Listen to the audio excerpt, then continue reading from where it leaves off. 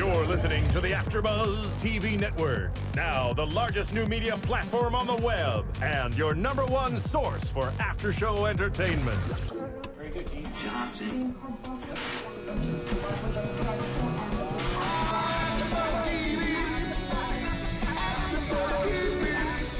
From the AFTERBUZZ Studios in Los Angeles, California, presented by Maria Menounos and Bing.com, and streaming live thanks to Akamai Technologies. This is AFTERBUZZ TV's Whodunnit After Show. We'll break down tonight's episode and get you all the latest news and gossip. And now, another post-game wrap-up show for your favorite TV show. It's AFTERBUZZ TV's Whodunnit After Show. I don't know. You stumped me after the first one. Easy there. No. Hey guys, Bing is for doing, and tonight we are doing another recap of Season 1 of Whodunnit, Episode 6. Stef Z is away this week, so it's just Brian and I, but she's going to be calling in and wrapping everything up with us. So let's get right to it. We're getting down to the final contestants. What did you think of tonight's episode, Brian? I thought it was an improvement over last week. I thought that the season had been trending upward in quality. Last week there was a bit of a, I don't know if it was a step down or more of just a step back, which is one of the things that we were kind of talking last week. Like after a lot of kind of twists and turns and red herrings, it was kind of very straightforward last week. This week we were back to, I think perhaps the most duplicitous murder yet, in the sense that the killer himself or herself wasn't actually able to execute the primary plan. Not to skip too far ahead. Yeah, I did like that they, said that they had this original thing going, and then due to unforeseen reasons of basically the person that was getting killed kind of escaped the killing, they had to resort to something else, which I thought was always kind of, I've always wondered, you see them in their, hello? Hey guys. Hey Stef. Hey Steph. How are you? Good, how are you doing? Good. I missed watching with you guys tonight, but I'm over here on the East Coast at 2 a.m. because I love the show so much, and I just wanted to talk about it. Nice. Well, thanks for calling in. Well, Brian and I were just talking about how different this episode was because, it seemed like Gino escaped the killing, or at least the killer's first intention of killing him with the, not wearing the lei that was in his room, and, just how that's a little bit different than what typically happens. Right. I wonder if Gino was at all suspicious of the things in his room, because people are now thinking like, okay, am I going to be the one? Even though they said no one was going to die tonight. What do you guys think? I don't really think that they can purposely not do something because, when Dunne went into the kitchen, he knew that he was about to die. So I don't really think that Gino outsmarted the writers. I think the writers are just, putting something else in there for us because, it was different. It was a different way to present multiple clues and multiple ways that they could die. Right. Instead of kind of an intentional deception, we have the deception where it was actually, an intended method of killing Gino, but instead of really, they're just layering now. At least this week, they have 2 ways to kill Gino, and you kind of have to pick one. And really, to pick one, the key, which it was unclear to me as to how, who actually knew this and how they were talking about it. The key was really the fact that he did not bring down his necklace/lei. I actually was kind of surprised that there was less discussion, or that there wasn't less discussion of that on the episode. I mean, it seemed that might have been the key that the one team had and the other team didn't. Right. Right. And I also this week as well, I thought was really interesting was that he found the note, like later we see he found the note to steal Giles' cell phone and he would be safe, and that actually was like fake. It was like it was leading him in the direction to get killed, which I don't feel like we've seen that before either. The killer actually walking them into something like that. That would say they were specifically safe, and then it was completely the opposite. Like they led him right into his death. Yeah, no, it definitely was, you know, the killer basically tricking him. But I feel like they have done that before in another episode where they're basically saying, do this and you'll be okay. But, you know, it was, you know, kind of like how they walked Dana to her death. And there was another one, I can't recall the episode right now, but, you know, I think it was just like he had to trick him somehow. Because you know how Gino followed. Right. He took the note and he did it. Right. So I don't know if maybe. And well, Adriana, they tied the door to make her go out the rear. Right. That was the one I was thinking of. Yeah. Yeah. And so I think it was. I mean, he doesn't have an option at this point. Like he can't not steal the phone. You know. So I mean, I do. Although I do appreciate the fact that there's still. Making great pains to inform the viewers that no one is being killed. The most explicit disclaimer yet of Gino just being on, yo, I have not been killed. Yeah. This is makeup. That was great. You know, it's great how each week the sequence of events leading to the killing and the way that they're doing it is definitely changing, which leaves us all on our toes and why I think no one's really certain what's going on exactly, which is, I think, exactly what, you know, Anthony was trying to say a couple weeks ago. Like, we don't know. You know what I mean? Like, we expect it all to lead up one way to get an outcome, and then it completely, you know, goes left a little bit, and we're like, wait, why is that happening now? So I think I really liked this episode a lot. I thought it was a really good episode. Yeah, I mean, there's definitely a pattern now that's almost an established pattern that it's not, you know, that the identity of the contestant who's been murdered is not going to be, you know, something that people find out based on who comes to breakfast. I think it's now 3 straight where, you know, there's some type of wrench in the works, whether it's, you know, telling everyone go party, I'm not killing anyone tonight, and then killing someone at exactly 12:01, or, you know, previously Don being killed during breakfast, and now, you know, just the next contestant to die, Ronnie, goes in the afternoon. Spoiler alert, although presumably you probably watched the episode if you're on with us. Yeah. And again, I like how they toyed with that there might be another double murder. I know we figured out the math and it doesn't make sense that there would be another double murder, but they are trying to throw little things in like that. They're trying to throw curveballs, I think. Well, and I think also with that being said, then, you know, the people or the contestants, they didn't know how many episodes it was going to be. So for them to think, okay, 2 of us might die right now, you know, they're not thinking we only have 3 days left on the show. They have no idea how many days they have left on the show, you know, so they could be thinking 2 of us might get killed. And at this point, I mean, it becomes a much bigger issue, I think, that one of them is the killer and knows that they are the killer, because now there's only 4 people left. I mean, it's, you know, when there's a group of 7, 8, and, you know, and at the beginning 13 people, and one is the killer, you know, it's not a huge thing, I think, interacting. I mean, it's definitely a big thing saying, okay, one person here is the killer, but now every conversation, every room you're in, there's a very high probability, if you know you're not the killer, you know, there's only 3 other people. So there's, you know, just pure chance, a very high probability that you're talking to the killer at every single moment. And I think that's going to lead into a very interesting episode next week. I was actually surprised there wasn't more intrigue with that this week, of people being like, you know, I mean, people are still seem to be thinking, well, I know who the killer is, rather than suspecting everyone, which I think is an odd play. Which is, you know, and like how Cam said, you know, I thought Gino was the killer, and now, like, we didn't really see him overthinking that, or they don't really show people, you know, in their confessionals thinking, I know this person is the killer, so they're doing this, which I mean, maybe that's just the way that they're editing it so that we don't start getting our own assumptions of who the killer is.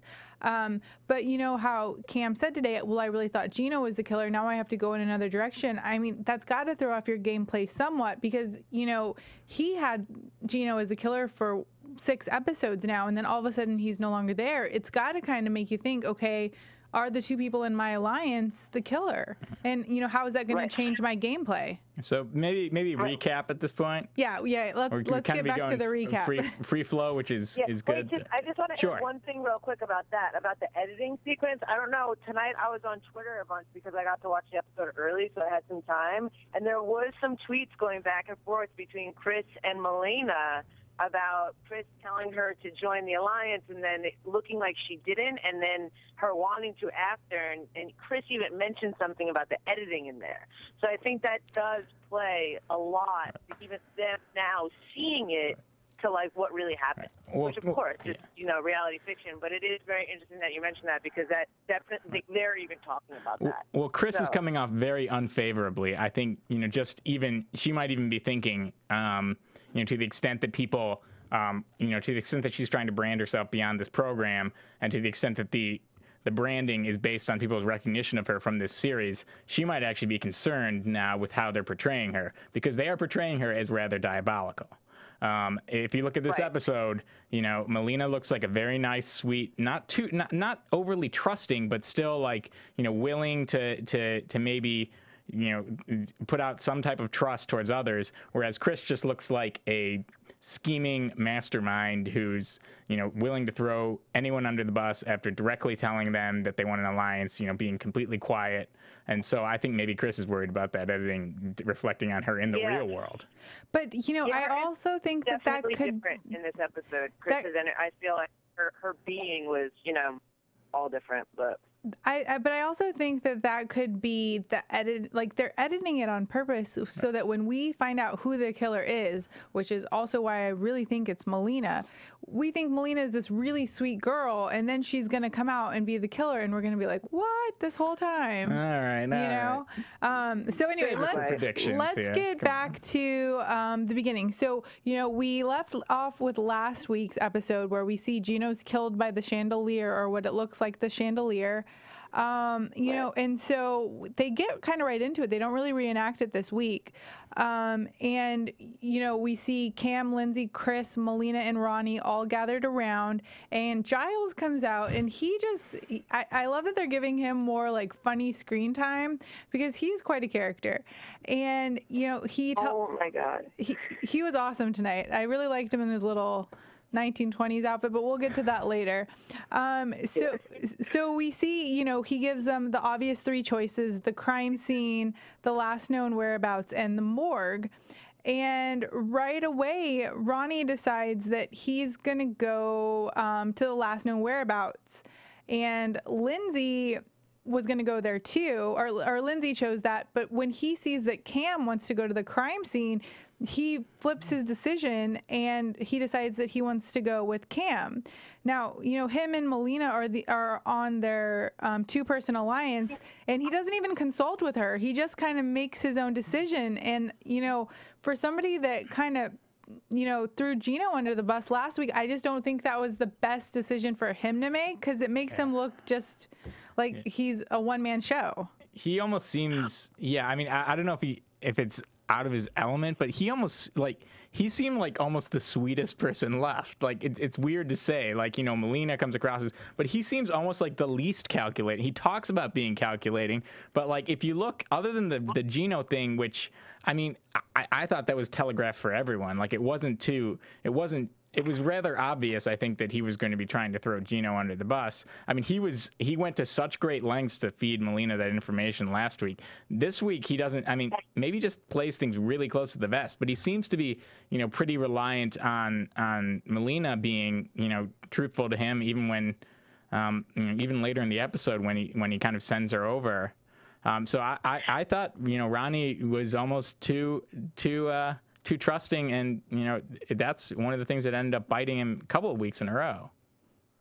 I actually agreed with Ronnie's strategy, because what I heard was he thought that he would be able to persuade Lindsay or Chris, or figure out how to get some information out of them, and he knew that Cam wouldn't give him any information. Going there, what's that? No, go ahead. Sorry. So him going there, he was like, I need to go see if what Cam is seeing is going to be the truth. Like, he was like, okay, I could probably get something out of Lindsay. And again, that plays into when Lindsay was playing both teams, you know what I mean, in the beginning. But I feel like his reasoning and his strategy that they pointed on was, you know, what he said was very, very strategic, and I will not get any information out of Cam. So let me go there and try and, like, you know, be on top of that and see what can happen from that. I think I might have chose to do the same thing, and it was a very last minute reaction, but I think I was glad that he did that. I mean, it turns out he kind of missed some stuff there anyway, but well, you know what I mean? Like, well, that was, like, yeah, I mean, that was, I think I would have made that same choice. Yeah, I mean, well, that was the issue I had with it, though. Like, when Virginia and I were watching together, we both thought, okay, this is a reasonable strategy. When he announced what his strategy was, basically, I don't trust Cam to give me any information. But then after watching the episode, he didn't do anything to try to get information out of Lindsay or Chris. I mean, he from what we saw, he didn't even go over to the table where Cam had them segregated. So to me, either did. Or maybe we didn't see that though at all, too. But I also think that he probably knew he wasn't going to get information. I think he was relying on Melina to get information because Melina has, you know, talked to Chris before, and Chris has given like little tidbits of information. But he knew that Cam, you know, Cam is very much like he likes to run the show, and he's not going to give information if he doesn't feel like he's going to give information.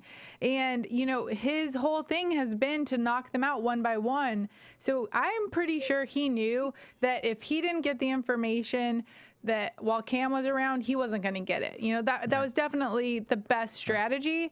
But, you know, he does things and he doesn't explain them to people, and or at least we don't see him. I mean, and so that's like his downfall. Because the other part of the strategy is, okay, maybe that's, you know, maybe that's the dominant strategy, ignoring the fact that he still needs Melina, right? With absent his alliance with Melina, that might be the correct strategy to allow, you know, to keep Cam from being an isolated gatherer of information. But if it's at the expense of Melina, then Ronnie is really putting himself on an island. And I think that impulsiveness cost him this week, where he kind of didn't think through the impact of it on Melina and where that was really going to get him.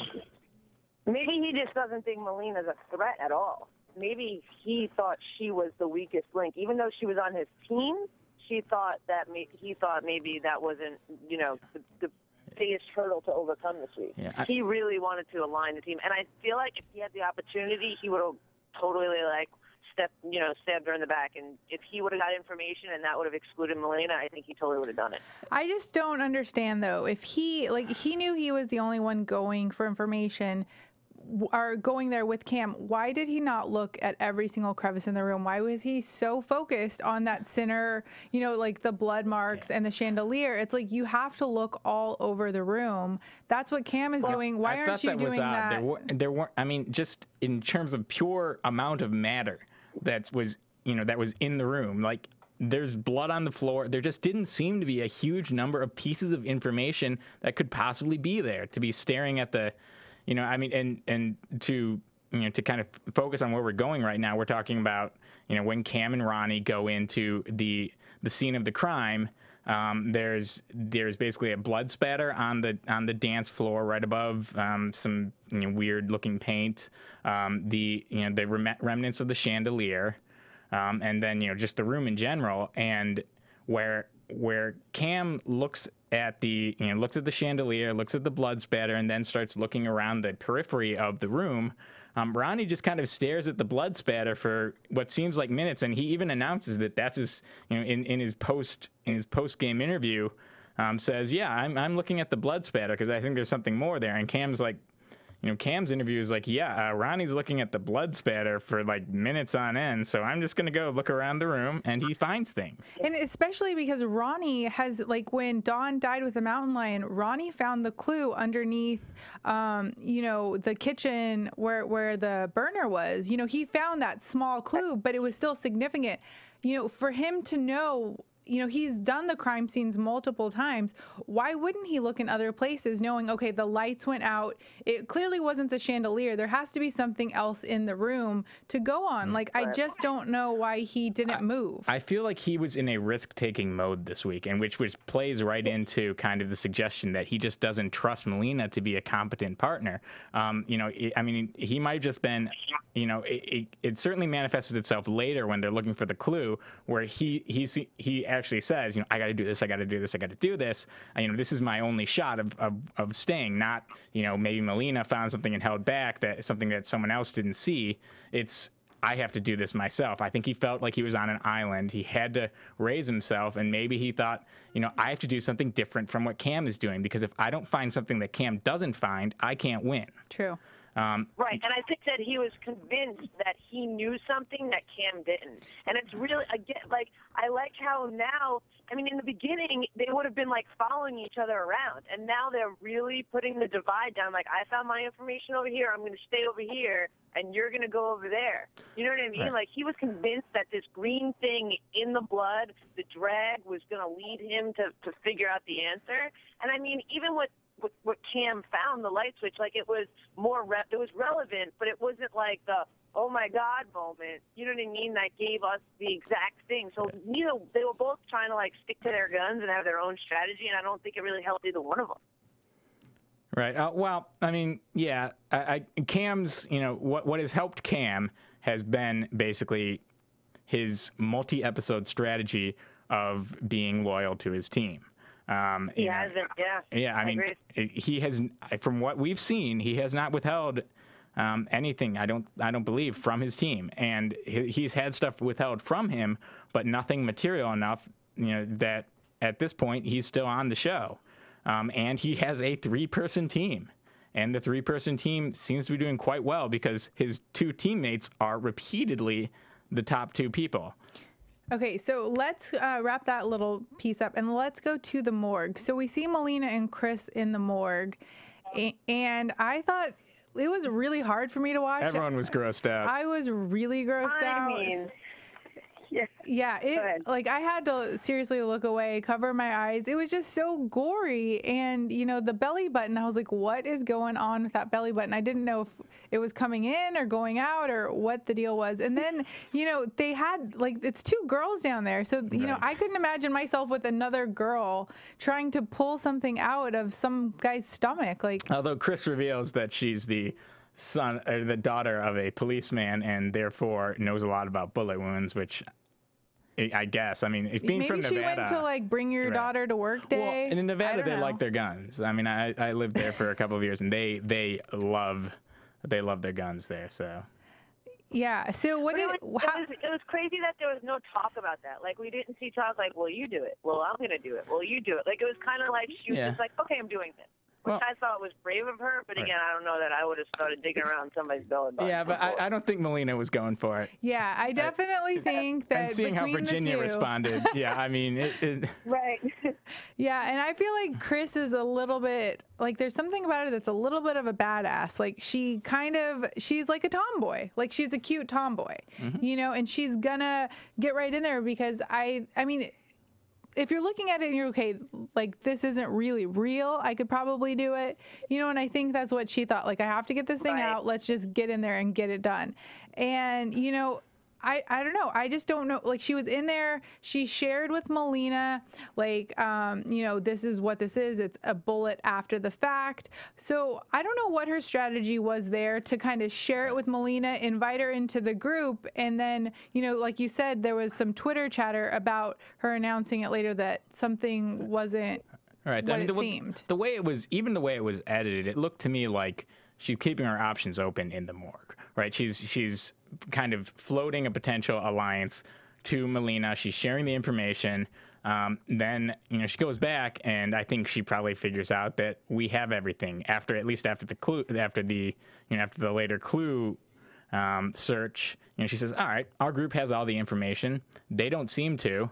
You know, Cam found something that no one else did. I mean, at this point, we are going to be down to 4 people next week. there's no reason at all to bring Melina in, because either Melina or Ronnie is going to get kicked off or killed this week. True. So why bother bringing the fourth? Yeah, go ahead. I wonder what would have happened if if Melina would have right away been like, okay, I want to join you guys. Like when Chris first mentioned it, if Melina would have been like, okay, I want to join you guys, if they would have all tried to go against Ronnie. I mean, Ronnie dies anyway, but I wonder how it would have played out if Chris would have went back to Cam and Lindsay and been like, hey, we got Melina on our team too. If Cam and Lindsay would have been okay with that, or if they would have just, mummed the word. Because to me, it seemed like Chris was genuine when she asked at first. And then when Melina came in afterwards, it was kind of like, not now. Well, I mean, like, well, it wasn't information, and then she was just kind of blaming on everybody else. But a lot changed. I mean, a huge thing changed, which was that her group, through Cam, had information that no one else had. There's zero reason at all to even bring up to your teammates at that point that you solicited Melina. I mean, even if Melina had said yes, I mean, Chris has proven herself to be a very savvy game player. I think that the route that she actually took is a very good route, which is don't say anything about it until you see what happened with the clue. If Ronnie or Melina gets the clue, then you bring in Melina, because that's when you want Melina. Otherwise, she has nothing to offer you, and there's no reason to even bring up to your teammates that you were being duplicitous. Well, and, Chris has had these, when she wins the clue, she even withholds stuff from her own alliance. So she definitely knows what she's doing. And I definitely think that was part of her plan today, was just to dangle it out there so that it's in Melina's mind in case she gets the clue or Ronnie gets the clue, then that's like her in. And she's been doing this for like 2 weeks. Last week, she kept being like, look at those Ronnie-sized shoes. Oh, wow, look at those Ronnie-sized shoes. You're right. Yeah, that's yes. That is. But she's definitely, like a playmaker. She knows what she's doing. And it's just, especially when you're thinking about it, what if one of the two people on her alliance is the killer also? Then someone else is going to have to die. She could need Melina for something if it would have, if the episode would have played out a different way. And that's why I think, next week we're really going to see the killer being a huge issue, because you can take a huge gamble if you're Cam or Chris or Lindsay that Melina is the killer and is the killer. Or, just say, okay, she's the killer, great. Or you can realize that it's more likely than not that the killer is on your team. And at that point, you have to start considering, what's the best way to win. And so I think we're going to see some very interesting interactions. Well, I think that almost started a little bit this week, because Lindsay lied to the team. And Cam and Chris were both very honest with the team, and Lindsay withheld some information again. Okay, so let's go to that. That was the last known whereabouts where we see Lindsay. She's in Gino's room. She has, she sees what were those shells called again? Puka shells? No, they weren't like coconut, or I don't know. They were some sort of, it was a different type of lei that the killer had put the glow-in-the-dark beads on that Gino did not take downstairs with him. And then we also see a note that was scribbled. And I think this was the smartest thing for Lindsay to do, though, because because of the way that the note was placed there, she only got part of it. So it would make sense that if she did the pencil scratching, she would only get the little pieces of Steele, Giles, and Phone. She didn't have to say, and you'll be saved. So that was just a little bit of information that you could safely keep to yourself, and nobody could really know one way or the other. Questioned it. Right. She did a savvy kind of withholding rather than some type of, we've seen some, I think in the past, some pretty ham-fisted types of withholding of information. Right, where Chris didn't tell about the stuffing in the shoes. That was a huge one that put her on top. And I feel like this is what put Lindsay on top at the end of this week, was she probably had the wording exactly, which nobody else had. So that's how she became, the number one saved person. And also the cell phone, which we didn't mention in the morgue, did we? Right. No, they did. Yeah, that's pretty significant, is that in the morgue, they find Giles' cell phone in I keep saying this, Gino's pants. And Giles calls it and sounds comically angry about them finding his cell phone. Despite the delightful timing of it. But And where did Giles call from? he was calling from the I house. thought it was odd that they would have reception in the morgue, but that's neither here nor there.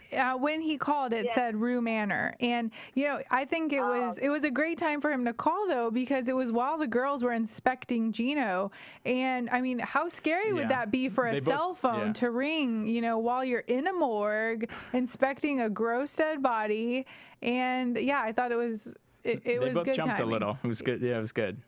And then and there was definitely a nice little pause there where they were just like, oh my God, what is that? Before they were finally like, oh, better answer it. Yeah. Yes, and iPhone 5. It looked good like. timing. Okay, so after that we get everybody together, and they all know that they have to compile their clues, and they go outside, and it's a nice little yummy dessert buffet and fondue. Yes, some sort of makeshift fondue. And we see Giles out there in his cute little onesie bathing suit, fanning. And his umbrella drink. Yeah. He was it must have been his day off or something. I don't know, because he seemed a little perturbed that he had to be there in the morning, missing his cell phone. But anyway, so Giles he's completely going left, though. Like, I wonder if that has any clue anywhere to do at the end. Because it's been a very distinct change in his behavior in the last couple episodes. He was not like that in the beginning. He was all business. And now he's, like, serious. You can tell the chair was wet in one of them, so it looked like he either went in the pool or was just woken up. Like, I feel like that might be some, I mean, maybe not. But well, the creepy dancing last time was that I thought was weird. Like, this time, maybe... I mean, they've been there for like what, 7 days now, so it's probably his day off. He's just like, I'm sick of these people already. Although it's not his day off from his ankle bracelet, which is another thing that we did see, his ankle monitoring bracelet. From the first episode, he said, or his first or second episode, he says, "This is what's keeping me here, is I have an ankle bracelet." Right? It's basically what they give prisoners on house arrest to prevent him from leaving the grounds. Lindsay Lohan. I mean, that's what keeps him at least quasi under the killer's control. Well, I mean, Lindsay Lohan has previously broken free from those bonds, allegedly, where she was on that ship, and neither here nor there. But so sorry about that. Anyway, so he's out there, he's tanning, it looks like, and so we get this clue about there's going to be some sort of lay in the cold, and I immediately thought of the morgue. Because that's where cold bodies lay. It was a cold, and a cold bed was one of them specifically, and, right? But we get clues before that though. We get you cannot see with the walls of the site. That was later, wasn't that? Oh, wait. No, you're right. Yes, you're right. The tunnel that goes to the morgue. Right. There's darkness. Okay, sorry about that. Yes. No, that's okay. But and I feel like that was a pretty clear, walls with no sight. Like they were definitely going to have some, glow in the dark or, night vision type stuff. Which I thought. We go. I just thought that was pretty obvious that was going to somehow end up being, not just a clue, but a clue towards the final killing. Because it was a clue that they were going to have to use the night vision goggles to decipher the clue towards Gino's killing. Killing. Yeah, when you said final killing, I thought. Yeah. Sorry, not the final, like the last killing. But I thought since they're having to use these night vision goggles, I'm just like talking about how in the end Ronnie talks about this trained monkey that killed people. I don't understand why they didn't add everything up a little bit better, and maybe they did and they didn't show that to us. I think Ronnie's trained monkey thing was basically I actually think that he and Melina were at a severe knowledge deficit this week, and they knew it. And Ronnie just was basically saying, okay, how have they filled in the blanks in the past? Right. Something kind of over the top. And he was trying to connect up the clues. That's where he thought of the monkey see, monkey do. He just connected the wrong clues. Right. If he had connected the darkness clue, then he might have been able to actually get it. He took the monkey clue, which I think seeing lots of different trained animals running about Rue Manor and its grounds in the past isn't too unlikely. Right. Not too great. And it in seemed retrospect. like Cam was the only one that saw the actual, the following clue underneath the monkey. But it looked to me, and again, it might be editing, but it looked to me that Ronnie got there, then Melina got there, like with a lot of time. And then the other ones followed, and it was crazy to me that he didn't figure out that clue, because I thought that clue was very, sometimes I don't figure them out right away, but that monkey see, monkey do, hear, know, you it, like that was a clear thing. And yeah, I think all he had left was like, there's been a mountain lion, this and this and that, like maybe it's a stray monkey, which, it's so far-fetched, but it could be possible, Yeah, well, I mean, that delay or the time lag between Ronnie finding that the beads and everyone else finding the beads was not editing. I mean, he says he was there for 5. He's extremely frustrated. Either late in the episode or in his interview, I can't remember which. He says though, I was there for 5 minutes. Or he tells Melina. I mean, and it's really out of frustration after the bell rings, denoting that the other team has found the clue, the final clue.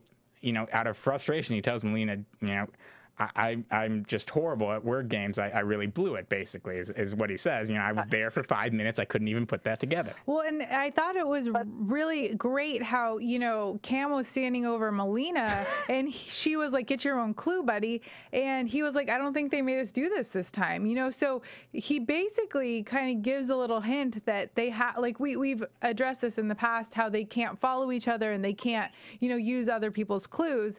But, he really kind of, pulls back the fourth wall a little bit. Yeah, pulls it back and tells us, and basically they have a little fight about how he has to get his own clue, and she's like, or he was like, no, I really don't, and then he ends up finding them, but I just thought it was kind of funny. And he again comes right out and says, yep, I used Melina as a head start, and right from where she had, I got it real quick. Yeah. Yeah, standing on the shoulders of giants. Really had started, because if you think about it, Melina was the last person to find the night vision to get out of the room, and then Cam, Lindsay, and Chris all went outside first. So, Yeah. I mean, that to me seems like it's more than 5 minutes. Maybe it was 5 minutes. I mean, minutes can seem very long when you're rushing around and doing that stuff, but it was like for the time lapse that Melina was still in there by herself when they were all running around outside.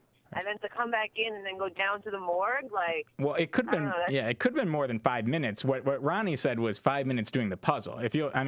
There were other portions of things you had to do in the morgue. You had to go find the beads. You had to figure out, what the deal was with the beads. Basically, that they have, if you put them under UV light, you can see words written on or letters written on them. I mean, in sum total, he might have had 10 minutes. But even so, 5 minutes just alone to work a word puzzle is a lot. Like if you do the jumbles in the LA Times, Yeah, and it wasn't like a long word. It was 3 words with. It was 3 short words. So I don't understand what the problem. Ronnie said he's horrible at word puzzles. Some people, they just don't visualize letters, But they have them. He could have moved them around. I just think it was probably he had the stress of knowing that he had to figure it out, and he was just panicking, not really even focusing on it. Just like, if I don't get this, I'm out. And that's really, what it came down to. Yep. It could be that he was, he was in the spotlight. He said, this is my $250,000 word puzzle. And just like, some miss on very easy questions on Who Wants to Be a Millionaire. He wouldn't be good on $250,000 pyramid. Just saying. Love you, Ron. So then we see Cam figures out what it is. He goes straight to the great room. He opens the drawer and he finds the night vision goggles with the pistol. And, and then the bell rings. That he has to go to the library. Okay, right. So he goes, sorry, we already kind of talked on that. But yeah, so he goes to the library. He finds the monkeys. 3 monkey statues. One monkey basically covering their eyes, one covering their ears, one covering their mouth. Basically, hear no evil, see no evil, speak no evil. And that's where the monkey see, monkey do leads to. Right. Right. Which no one else went there to see. Right. Which to me was very interesting that no one, he was the only one. So he was the only one to get the last 2 steps of the clue. Right. Well, I think if you're Cam, there's no reason to bring your team in at that point. Wait until because if you're there's a couple of reasons. One, there's just the individualistic impulse to want to keep things to yourself, and then you can selectively share later. But also, if you're following up the wrong way, you'd like your teammates to be able to maybe follow up differently, right? If you have 3 people pursuing 3 potential leads, it's likelier that one of them is going to pan out. If you tell them all, hey, come with me to the library, you've got no plans B or C. Right. So, I mean, I think that was actually very good planning on his part. What I thought was really interesting was how quickly it changed, like team power changed. Like, just to back up for a quick second, was in the morgue, Ronnie and Melina, like, I was thinking, oh my God, they're going to get the clue. Then what's going to happen with the teams, blah, blah, blah. And then it was like a split second that Kim came down and got the puzzle, and then their team was in power. It was really quick how the power changed hands this episode, I think. Yeah, I mean, although, I think that it would have been very interesting if Ronnie or Melina had gotten it. I don't know that, right? I don't know that they were working. I mean, I thought that they were working very disjointedly towards the goal. I mean, I in addition to Ronnie not seeming to do very well with that word puzzle, maybe there's some editing involved in this, but it didn't seem like he did very much to have a meeting of the minds with Melina when she got there second. Now we see that the other team arrives almost on her heels, but still, they could have gotten together and maybe, said, let's work on this together, or let's hide this a little better. Because Melina, I thought it was bizarre almost. She just starts working on it right out in the open. Right, and he had told her, he said, hey, cover me, come down here. Yeah. And she just kind of ignored it and went on her way doing it. Because one of the secrets, or at least some portion of the secret, is that you use a UV light to look at the letters on these beads.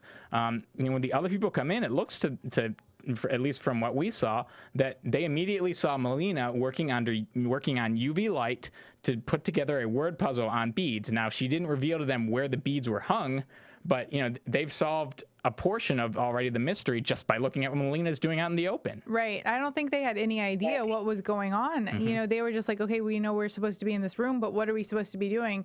If they wouldn't have seen her do that, they might have, said, okay, it's not even in here in the morgue. Right. Now, I wonder if that was calculating on Melina's part. At that point, she says, all right, let me throw a bone to these people that say they want me on their team. We didn't see any post wrap up interview on that. We didn't see anything else that maybe. But if she's calculating in her mind, that might be one way to say, all right, let me hedge my bets. Let me look again like I'm not a cunning player. Like I don't know what I'm doing. Just do it out in the open. But really, help the other people along. Throw Ronnie under the bus, perhaps, and then proceed into the next week, which is ultimately what happened. Well, or what if she is the killer? And, this is her way of, I'm not really doing anything right. I'm not really doing anything wrong. And it's giving them, the other team, a chance to kind of get the clue so that it is down to her and Ronnie. And then Ronnie can ultimately, be done. Should we move to predictions at that point? No, let's wrap it. So we go back to, everybody has to kind of tell their story.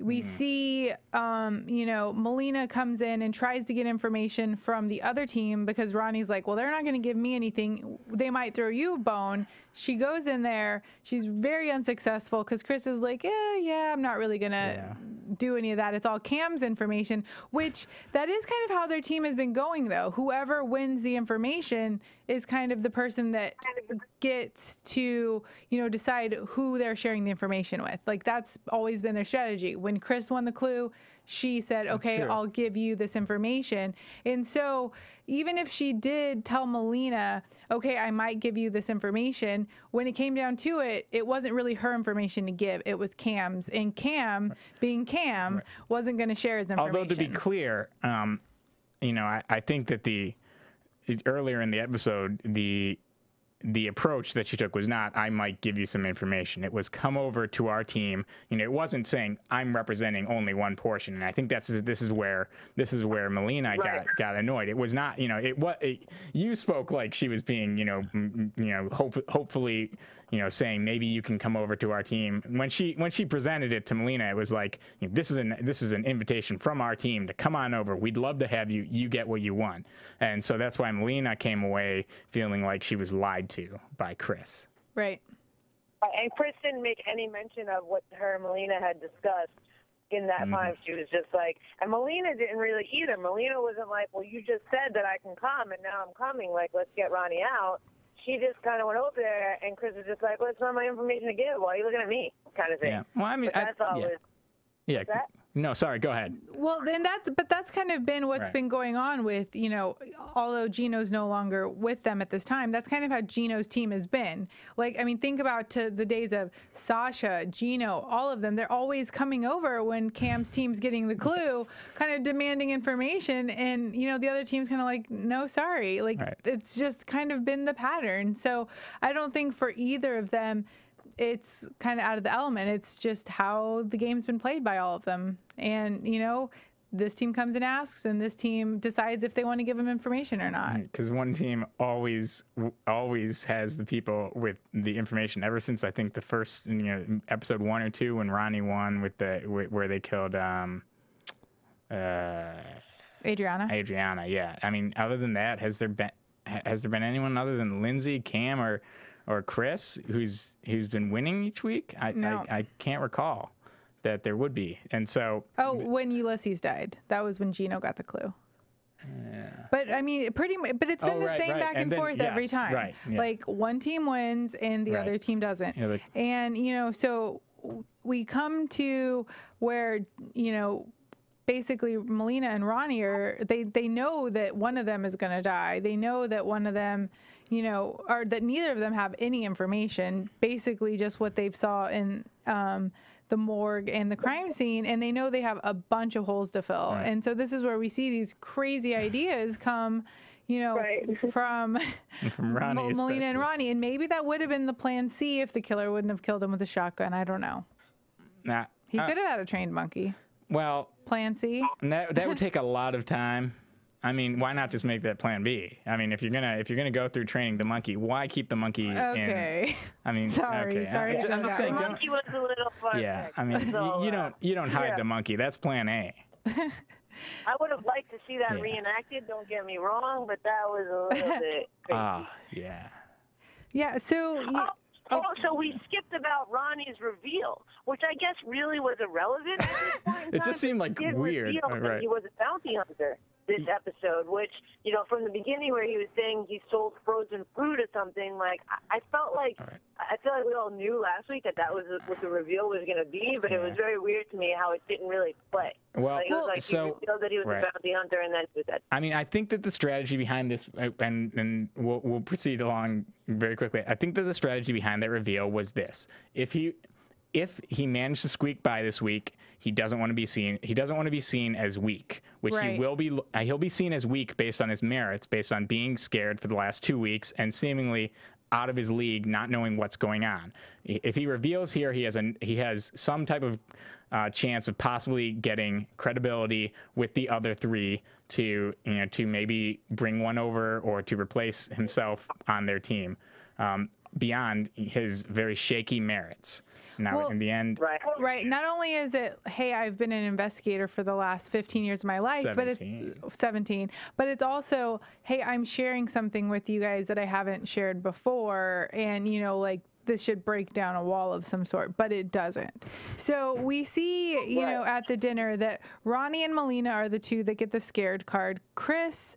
Lindsay is the one that gets the spared by the killer, or, she impresses the killer the most. And I really think it's because she had the most information in the note, because Cam, he got the clue and he shared it with Chris and Lindsay, and basically explained everything to them. And the strands. I mean, I don't I thought she revealed. I thought she held back something slight on the shells that oh, the glow in the dark thing that he. Yeah. So she had the most information, but I feel like they at this point don't really know why people are getting the spared or impressing the killer the most. It could be like, oh, I forgot this little detail and that's why I didn't get it. So it's not really that alarming to Cam that Lindsay won. And so... And we don't know which details, sorry to interrupt, we don't know which details are more important because we still don't know what exactly is on that test. Like, somebody could have gotten 7 details and Lindsay could have got 6, but hers were more important to what happened. You know exactly, what I mean? So exactly. And so they don't know either. So that's why it's, even though they're withholding a little bit, it's not really, it won't make or break or make them question their alliance any. Well, I think they're questioning it somewhat. I mean, regardless, because one person is the killer. And I mean, I think everyone at this point has to question at least somewhat everyone on their team, not just because they're the killer, but because, they know that if they were in that spot, they'd probably be holding something back. Right. Okay, so anyway, so we see Melina and Ronnie. They make it through the night. They come to breakfast. Looking really happy until... Everybody is really, Well, Ronnie looks super happy until Melina comes in, and then he looks a little bit crestfallen. Yeah. Did you catch that stuff when you were watching it? What did you say? I couldn't hear you. When they came to breakfast, Ronnie was really excited sitting there, but then when Melina walked in, he was a little bit perturbed. He was like, "What? She's still here?" Because he thought he made it. Oh yeah, I got that. Yeah. And I actually thought when we first saw the table, which apparently I was wrong, but I thought there was only 4 seats at the table. So I didn't think it was going to be the same thing, like everyone, looked like they survived and then someone died. Which, I mean, clearly it was. But when I first saw the table, I swore there was only 4 plates. But I'm going to have to go back and watch. I'm sure I was wrong. But it was because I didn't think that at all. And when I saw both of them, I was like, oh, okay, we're doing this again. Yeah, I mean, I knew somebody was going to go home, and then, they said the spa thing. And so after they have breakfast, or while they're having breakfast, Giles comes in. Oh, and it was a party theme. They had all this fun party, festive stuff in the air, and they had, little sliders and cute stuff. So it must not have been breakfast. It was maybe lunch. But, Giles... sliders are a breakfast. Don't. Yeah. Some parts of the Well, Giles comes in, and he tells them they're going to have a day at the spa, which I was really excited about, because who doesn't love a good spa day? And, Melina is shoot a facial, and... Issue. Sorry. So Giles tells her she's going to get a facial. Ronnie's going to get a nice hot tub bath of some sort. Cam was getting a massage. Lindsay was getting I don't remember. In any event. But anyway, so they're all getting different kinds of spa treatments. And we hear that from Ronnie. He's like, oh, well, maybe Melina's going to get some sort of facial that has, poison in it. And so he's really not thinking She was actually scared of it. Oh, well, she said, too, about she was scared that she was going to get some poison on her face. Yeah, but I just felt like the way that they were talking about it, it was going to be Ronnie. Like, I just knew it was going to be Ronnie. Yeah, I mean, a hot tub, I just had a feeling that something was going on in that hot tub. I actually was hoping for a water snake, but instead we see him being blown out. I'm actually glad it was the hot tub, because that's one of my least favorite things to do at the spa, and I was a little nervous that they were going to ruin, massage for me. I was like, oh, no, don't do it. Don't ruin the massage. Well, I mean, they didn't ruin breakfast for me with the mountain lion, so I'm okay with that. But in the remote possibility... And I thought it was really... Chris was going to do yoga at the spa. Yeah, we thought that was really cheap. Yoga's relaxing and all, but that's not poor Chris. Yeah, spa day for me is not working out. No, yeah, I agree. Virginia and I were like, "What? Everyone else is getting these treatments, and she just has to go sitting there doing downward facing dog. I mean, come on."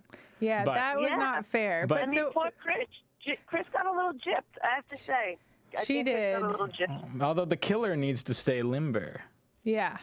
Now I'm not thinking she's the killer, but anyway. So at the end of the episode, we see Ronnie is thrown from the hot tub into some steaming water, and everybody runs out, and they got a floater. Yeah, he's just floating around the pool.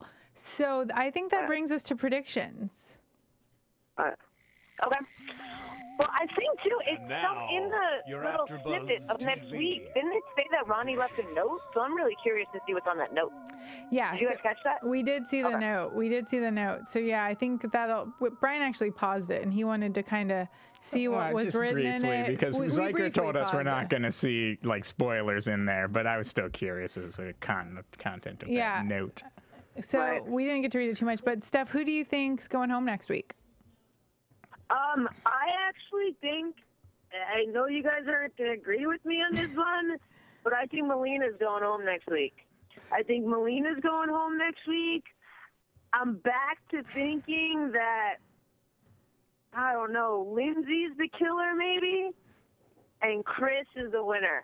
I don't know, I'm all over the place, to be honest with you, which is really good because I keep changing. I mean, I was sold that it was Sasha, but I think Melina might be going home. Okay. All right. Brian? I think Melina is the winner. I think Lindsay is the killer. And Ooh. Chris, and by Chris I mean Cam, is going home next week. Okay. I think that Melina is the killer. I also think Cam is going home, and I think Chris wins it all. But Melina's so sweet. She is sweet, and that's why I think she's the killer. It's never who Yeah, you I expect. love that we all kind of think it's like circular. We all like think one the same and one different, which is kind of awesome. Lindsay, I still think, I mean, engineer is not a profession. There's types It's of a type of engineer. engineer. I agree, but we'll see. We'll see. All right. Well, thank you so much, Steph, for calling in. Thank you, guys. Yeah, it was fun. We did miss you, and we can't wait to see you next week. Tell everybody where they can find you. You guys can find me on Twitter and Instagram at IAMSTEFZ. All right. Well, thank you so much for calling. Thank you guys for always watching and listening to us on iTunes and YouTube. We love your comments, and make sure to keep them coming. I think that pretty much wraps it up. You can find me at virginiareyna.com.